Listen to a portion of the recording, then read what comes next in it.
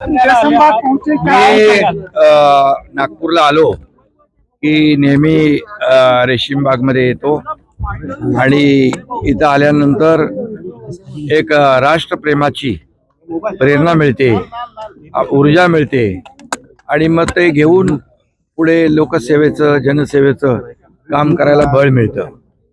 खरं म्हणजे सरसंघचालक डॉक्टर मोहन भागवत साहेब हे कडवट राष्ट्रप्रेमी, देशभक्त आणि देशाला दिशा देणारं खऱ्या अर्थाने एक मोठं व्यक्तिमत्व सरसंघचालक म्हणून नेहमी मार्गदर्शन करत असतात आणि त्यामुळे आमच्यासारख्या कार्यकर्त्याला नेहमी प्रेरणा मिळत असते आणि समाजसेवेचं बळही मिळत असतं.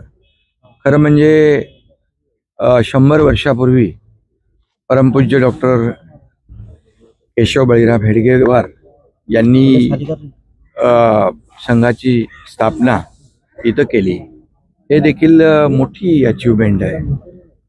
खरं म्हणजे नागपूर ही फक्त उपराजधानी नाही आहे, तर या ठिकाणी राष्ट्रीय स्वयंसेवक संघाची जन्मभूमी देखील आहे आणि म्हणून इथं येणारा प्रत्येक कार्यकर्ता जात, भाषा, प्रांत याच्या पलीकडे जाऊन राष्ट्रप्रेमाची शिकवण इथून घेऊन जातो आणि देशसेवा करतो. 100 वर्ष एखादी संघटना निरपेक्ष भावनेने काम करत असते. कुठलीही प्रसिद्धीपासून अलिप्त राहून कुठल्याही अपेक्षा न ठेवता 100 वर्ष काम करणं हे देखील एक ऐतिहासिक बाब आहे. आणि आपत्ती संकट असतं जेव्हा आम्ही देखील शिवसेना तिकडे पोहोचते, तिकडे RSSचे कार्यकर्ते देखील आपत्ती आणि संकटामध्ये निरपेक्ष भावनेने काम करत असतात.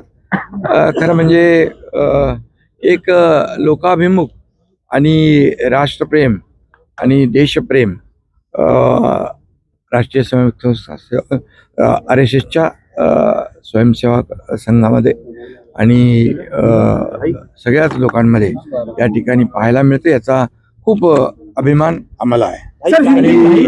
इथं आल्यानंतर खरंच एक सगळ्यांनाच वेगळा अनुभव, या ठिकाणी वेगळी अनुभूती येते आणि मी मगाशी म्हटल्याप्रमाणे राष्ट्रप्रेम आणि देशभक्ती इथून त्याला बळ मिळतं, प्रेरणा मिळते.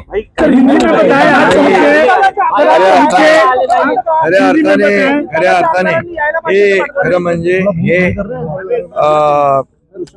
ही राष्ट्रप्रेमाची शतकपूर्ती म्हणजे शतक वर्ष आहे आणि हे देखील संपूर्ण देशभर जगभरामध्ये RSSच्या शाखा आहेत आणि हे देखील एक मोठं अचीवमेंट आहे.